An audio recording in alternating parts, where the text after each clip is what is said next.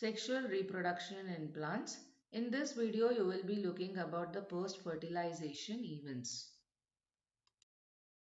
Previous videos you have seen about pre-fertilization and fertilization events. Here you will be looking at post-fertilization events, the changes that occur after fertilization in endosperm, embryo and the seed. After fertilization, events of endosperm and embryo development, maturation of ovules into seeds and ovary into fruit are collectively called post-fertilization. The primary endosperm cells divide repeatedly and form triploid endosperm tissue. The cells of this tissue are filled with reserve food materials and are used for nutrition of the embryo. Generally, primary endosperm nucleus undergoes successive nuclear divisions to give rise to free nuclei, and this stage of endosperm development is called free nuclear endosperm. Later, cell wall formation occurs, making the endosperm become cellular. Endosperm may be completely used up by the developing embryo before seed maturation, as in pea, groundnut or peas, or can be used during seed germination, as in castor and coconut. What are the changes seen in the embryo? Embryo develops at the micropylar end of the embryo sac where the zygote is situated. Most zygotes divide only after a certain amount of endosperm is formed. In this way, it ensures that nutrition is provided to the developing embryo. Though there are great differences in monocot and dicot seeds, the early stages of embryo development are similar in both monocots and dicots. The zygote gives rise to proembryo and subsequently to globular, heart-shaped and mature embryo. A dicot embryo consists of an embryonal axis and two cotyledons. The portion of the embryonal axis above the level of the cotyledon is the epicotyle, which terminates with the plumule. The cylindrical portion below the level of the cotyledon is the hypocotyle, which terminates into the radicle or the root tip. The root cap covers the root tip.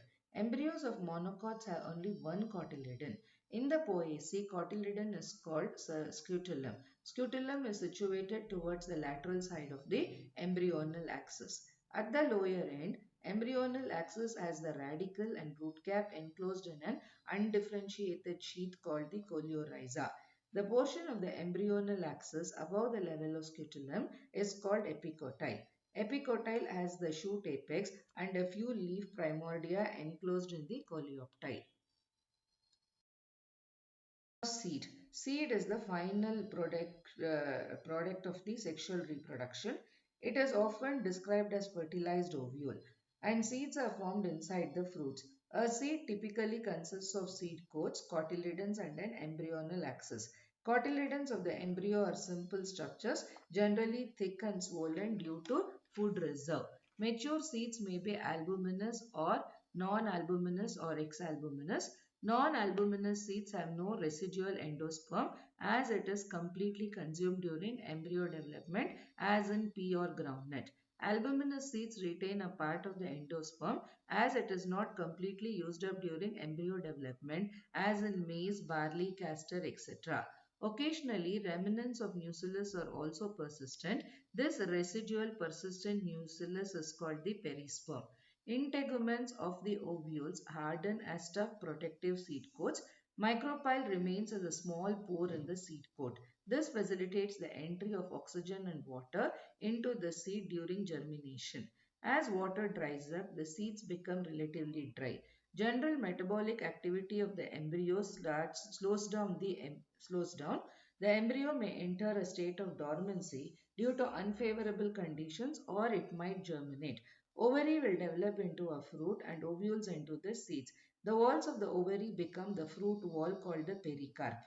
Now, depending upon the nature of the fruit, fruits can be fleshy fruit or dry fruits, or eucarp and pseudocarp. If it's a eucarp, it's a true fruit wherein the fruits develop from the ovary, as in mango. Pseudocarp, if the fruit develops from any other part apart from the ovary, it is called a pseudocarp, as in apple.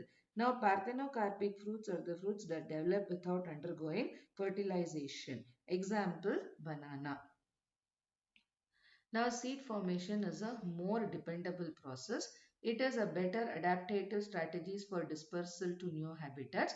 It helps the species to colonize in other areas. Sufficient food reserves nourish the seedlings until they are capable of photosynthesis. Hard shells provide protection to young embryo and they generate new genetic combination leading to variation. So these are all the advantages of having the seed in a plant. Let's look at apomixis and polyembryony.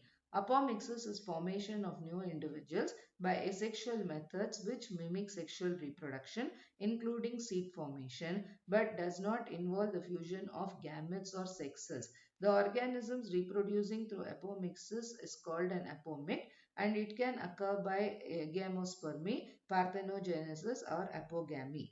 Polyembryony is the phenomenon of formation of more than one embryo during the seed development. It can be a simple polyembryony, cleavage polyembryony, or adventative polyembryony. Now, potential of apomictic polyembryony is adventative embryos are fully viable, apomictic embryos are free from infection, and adventative embryos are true clones of the parent.